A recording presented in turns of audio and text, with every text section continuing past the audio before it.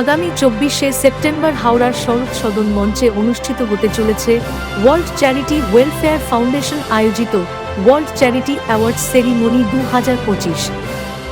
আপনি যদি সমাজের কোনো সম্মানীয় ব্যক্তি হন এবং জনকল্যাণমূলক কাজের সাথে যুক্ত থাকেন অথবা কোনো সম্মানীয় পেশার সাথে যুক্ত থাকেন, তাহলে আপনার নাম মনোনয়নের জন্য রেজিস্টার করতে পারেন।